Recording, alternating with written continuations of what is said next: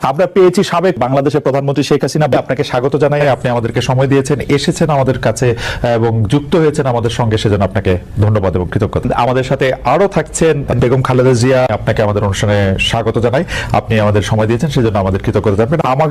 আমরা আসলে অনেকগুলি প্রশ্ন আপনাদের দুজনকেই করতে হবে, সেজন্য আমরা আপা এতদিন ধরে গর্তের ভিতরে থাইকা আপা সমানের দোয়া ইউনুস পড়ছেন বলেই না এমন বিজয়ের দেখা। পলানোর সময় সেই মানুষগুলির কথাও মনে পড়লো না শেখ হাসিনা। আপা আপনার একটু মন্তব্য শুনতে চাই, আপনি আমাদের একটু বলবেন জুলাই অভ্যুত্থানের ফল। দেশবাসীর কাছে আমি বিচার চাই। আজকের বাংলাদেশের কি অবস্থা, আমাদের অপরাধটা কি ছিল?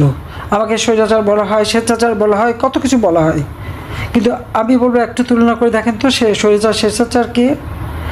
আওয়ামী লীগের সকলের নামে মিথ্যা মামলা, আমার নামেই তো প্রায় 440টার মতো মামলা, 39টা মামলা।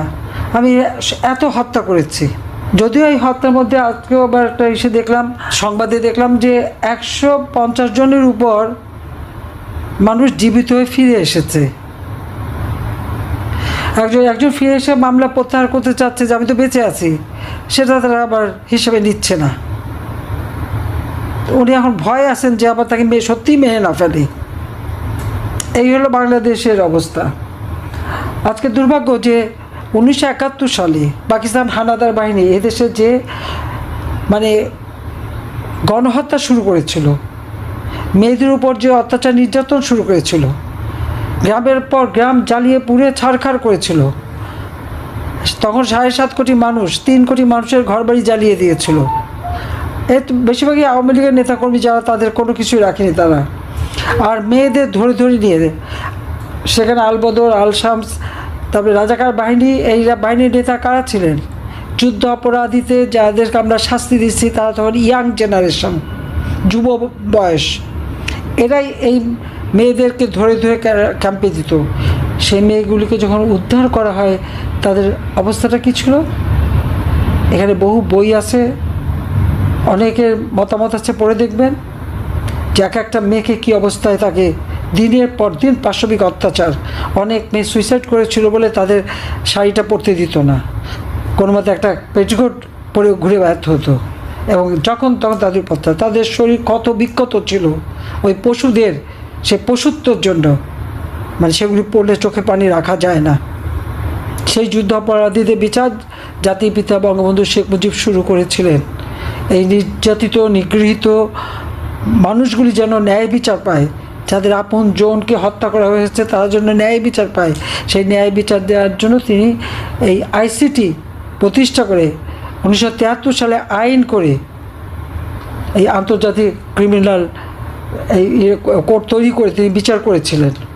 অনেকে জেলে ছিল সাজাপ্রাপ্ত আসামি, জিয়াউর রহমান এসে তাদের সবাইকে মুক্তি দেয় এবং তাদেরকে মন্ত্রী, এমপি, প্রধানমন্ত্রী বানায়। কিন্তু সেই মেয়েগুলি তারা যে নির্যাতিত, তাদের কথা তো ভাবেনি। যারা আপনজন হারিয়েছিল তাদের কথা তো ভাবেনি, বরং সেই যুদ্ধ অপরাধী এবং খুনিদের রাজত্ব কায়েম হয়। তাদেরকে পার্লামেন্টে বসানো, তাদেরকে প্রেসিডেন্সিয়াল ক্যান্ডিডেট হওয়ার সুযোগ, দল করার সুযোগ, ভোট চুরি করে পার্লামেন্টে বসে বিরোধী দলে বসানো কে না করেছে? জিয়াউর রহমান করেছে, এরশাদ করেছে, খালেদা জিয়া করেছে। খালেদা জিয়া তো রশিদ আর উদারে পার্লামেন্টেই বসিয়ে দিল। এই ধরনের অন্যায় অবিচার তারা একের পর এক করে গেছে। আর যে যুদ্ধ অপরাধীরা এইভাবে আমার মা বোনদের পাশবিক অত্যাচার করেছে, পাকিস্তানি হানাদার বাহিনীর হাতে তুলে দিয়েছে, গণহত্যায় মদত দিয়েছে, আপনারা দেখেন একে একে সমস্ত যুদ্ধ অপরাধীদের সব মামলাগুলি প্রত্যাহার করে তাদের মুক্তি দিয়ে দেওয়া হলো। কাদের স্বার্থে? বাংলাদেশের নাগরিকের কি কোনো অধিকার নাই বিচার পাওয়ার? তবে কার কাছে বিচার চাবেন? কারণ যুদ্ধ অপরাধীদের শুধু খালাস দেওয়া হয়নি, 30 লক্ষ শহীদের রক্তের সাথে বেইমানি করা হয়েছে, নির্যাতিতা মা বোনদের সাথে বেইমানি, মুনাফিকি করা হয়েছে, মানবাধিকার ক্ষুণ্ণ করা হয়েছে। এদেরকে ছেড়ে দেওয়া মানে অন্যায়কে প্রশ্রয় দেওয়া। কোভিড-19 সময় যেখানে আমরা সব থেকে ভালোভাবে মানুষের চিকিৎসা দিতে পেরেছি, সেই কোভিড হাসপাতাল সেখানেও আগুন দিয়েছে। এটা কী ধরনের খেলা? যাক, আমি আর কিছু বলতে পারি না।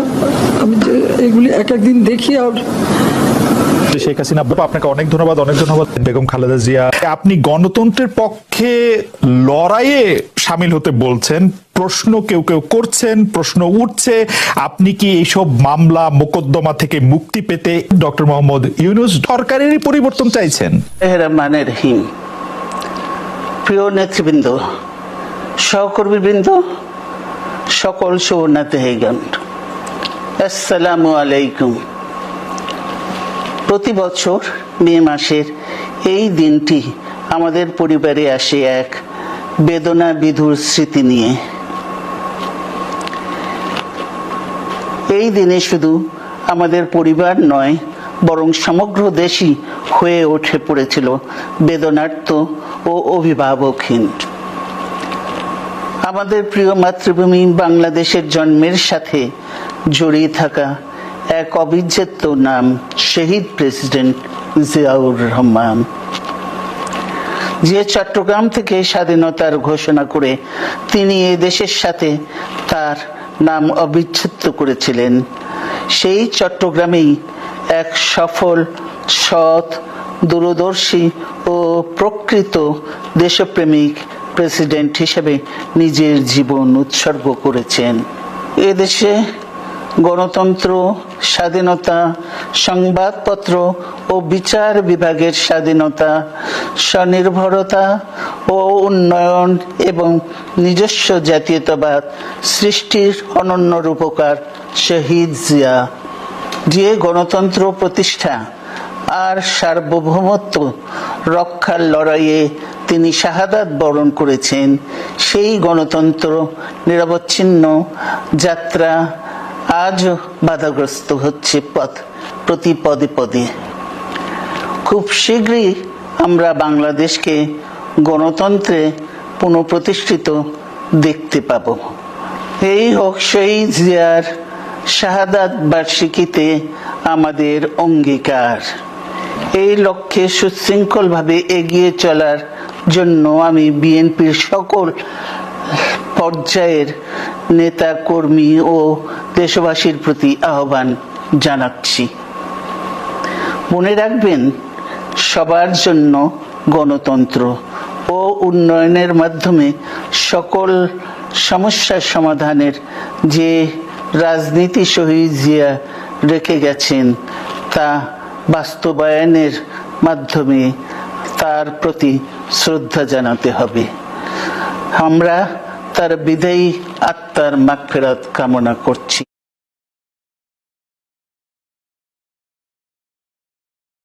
কিছু না বলেও আপনি যে দুর্যোগের মধ্যে আছেন, বললে না জানি কি হতো, আপনার মন্তব্য একটু শুনতে চাই।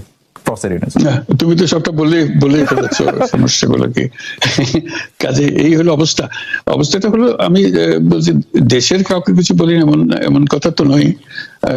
বাইরে বিদেশেও যে সবাইকে যে সাদরে নিয়ে আসি তাও না, তাদেরকে অনেক শর্ত দিই। আমার এই কথাগুলো লেখার ছাপানোর আগে আমাকে বলতে হবে, যাতে আবার এমন কোনো কথা শব্দ এমন থেকে না যে আমি আর বিপদের সম্মুখীন হবো। আমি শুধু বিপদ থেকে দূরে থাকার জন্য এটা করছি, কারণ আমি চারদিকে বিপদের মধ্যে আছি। কাজে কথা না বলা, এটা একটা নিজেকে রক্ষা করার একটা সুবিধা আর কি। কত কম বলা যায় ততই হয়তো ঝামেলার থেকে বাঁচবো। সম্পূরক থেকে কতটা রক্ষা করতে পারলেন প্রফেসর ইউনূস?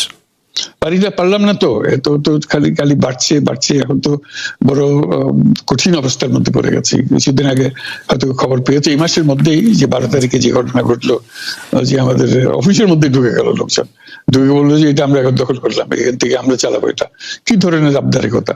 আমরা পুলিশের কাছে গেলাম, বললো যে আমরা এই ব্যাপারে কিছু করতে পারবো না। কাজে তারাও কিছু করলো না। আমরা যাবোটা কোথায়? পুলিশও কিছু করবে না, ওরাও জবর দখল করার জন্য ছুটে আসবে, আমাদের আইন কানুন কিছুই মানবে না। আর আমাদের একটা প্যানিক সৃষ্টি করলো আমাদের পুরো অফিসের মধ্যে যত লোকজন আছে, বিশেষ করে মহিলা সহকর্মী যারা আছে, তারা খুবই ভীত সন্ত্রস্ত হয়ে গেল যে কি কারবার, কি হলো এটা। কাজে সমস্যার পরিমাণ বাড়ছে, কমছে না। সমস্যা পরিমাণ বাড়ছে কমছে না। আমি একটু পিছনে আদালতে আপনার বিরুদ্ধে রায় ঘোষণার পরে আপনি একটা প্রতিক্রিয়া দিয়েছিলেন। সেই প্রতিক্রিয়া আপনি বলেছিলেন যে বাংলাদেশের একটি কথায় আপনি এরকম বলেছেন যে বাংলাদেশের প্রতিটি নাগরিককে অন্যায়ের বিরুদ্ধে এবং গণতন্ত্র এবং মানবাধিকারের পক্ষে এক কণ্ঠে কথা বলার আহ্বান জানায়। অনেকে এইটাকে দেখছেন হচ্ছে এরকম করে যে আপনি গণতন্ত্রের পক্ষে লড়াইয়ে সামিল হতে বলছেন। প্রশ্ন কেউ কেউ করছেন, প্রশ্ন উঠছে, আপনি কি এইসব মামলা মোকদ্দমা থেকে মুক্তি পেতে এই সরকারেরই পরিবর্তন চাইছেন? খালেদ, তুমি কি গণতন্ত্রের বিরুদ্ধে নাকি? হঠাৎ এটা নিয়ে তো গণতন্ত্রের কথা বললাম আমার জন্য। তুমি তো বলে তুমি বলতে যে আমিও তো আছি, কাজে আমাকে পৃথকভাবে বলতে হচ্ছে কেন? আমরা সেটাই বলতেছি, কাজে আমরা কেউ গণতন্ত্রের বিপক্ষে না, সবাইকে স্মরণ করিয়ে দেওয়া যে আমরা সবাই গণতন্ত্রের পক্ষে, মানবাধিকারের পক্ষে, আমরা ন্যায় নীতির পক্ষে, রুল অফ লর পক্ষে। এইগুলো না থাকলে জাতি হিসেবে আমরা টিকে থাকবো না। তো কাজে যখনই মনে হচ্ছে যেগুলো এখন ফরেন ওয়ার্ডস হয়ে গেছে, তাতে মনে হবে যে আমাদের সমাজ হিসেবে আমাদের দায়িত্ববোধ অনেক বেড়ে গেল। এগুলোকে প্রতিষ্ঠিত করা, সোচ্চার করা, মুখ ফুটে বলা, এটা সবাইকে বলতে হবে, মুখ ফুটে বলতে হবে। আমার বিরুদ্ধে অভিযোগ হলে আমি বলছি না বলে, আপনি বলছেন না কেন? একবার বলে এখন তোমার প্রশ্নের সম্মুখীন হয়ে গেলাম। অনেকে বলছেন না, আপনি তো শতবার শতমুখে গণতন্ত্রের কথাই বলবেন, আপনাদের সবারই বলা উচিত, কিন্তু প্রশ্নটা এমন ভাবে তোলা হচ্ছে যে আপনি আসলে আপনার রায় ঘোষণার পর আপনি বলছেন গণতন্ত্রের কথা, মানবাধিকারের কথা। অনেকে বলছেন যে এই কথা কি আসলে যেহেতু ব্যাপারটা আপনার উপরে আসলো তখনই আপনি আসলে বললেন কিনা, নাকি আপনি আসলে বলতে চান না, আপনি আগে যেরকম বলছেন? হতে পারে, মুখ যখন বন্ধ থাকে কোনো কথাই বলা হয় না। এখন যখন মুখ খোলার সুযোগ হয়েছে, সামনে ক্যামেরা নিয়ে দাঁড়িয়ে আছে, মাইক্রোফোন দিয়ে দাঁড়িয়ে আছে, কথা বলছি, কাজে মনের কথাটা বললাম আর কি। যেটা মনে ছিল বলা হচ্ছিল না সেটা বললাম। এটা আমার ধারণা এটা সবারই মনের কথা, সেটাকে প্রকাশ করা। তারাও চায় যে তারা বলুক, আমি বললে তাদেরও মনে সাহস আসে যে উনি বলছেন যখন আমরাও বলতে পারবো। প্রফেসর ইউনূস, আপনি যখন বলছেনই তখন আমি এই কথাটাকে একটু ইলাবোরেশন আপনার কাছ থেকে আশা করতে পারি, যে আপনি যখন বলছেন যে গণতন্ত্র মানবাধিকারের পক্ষে এক কণ্ঠে কথা বলার আহ্বান আপনি জানাচ্ছেন, আপনার কাছে কি মনে হচ্ছে যে গণতন্ত্র মানবাধিকারের পক্ষে এখন বহু পক্ষ বহু কণ্ঠ, এটা আসলে এক কণ্ঠে কেউ বলতে পারছে না বা সাহস পাচ্ছে না বা বলছে না, এরকম আপনার মনে হচ্ছে কিনা? আমার মনে হচ্ছে তাই, কারণ বলতে পারছে না তো, মুখ খুলে সব গণতন্ত্রের কথা বলতে পারছে না, কাজে সেটা বলা, এক বাক্যে বলা, পরিষ্কার কণ্ঠে বলা, এটা আমাদের সবার দায়িত্ব, তো জাতীয় দায়িত্ব এটা, যে না হলে গণতন্ত্র বলে কিছু থাকবে না আমাদের জন্য, আদৌ গণতন্ত্র বলে কিছু থাকবে না।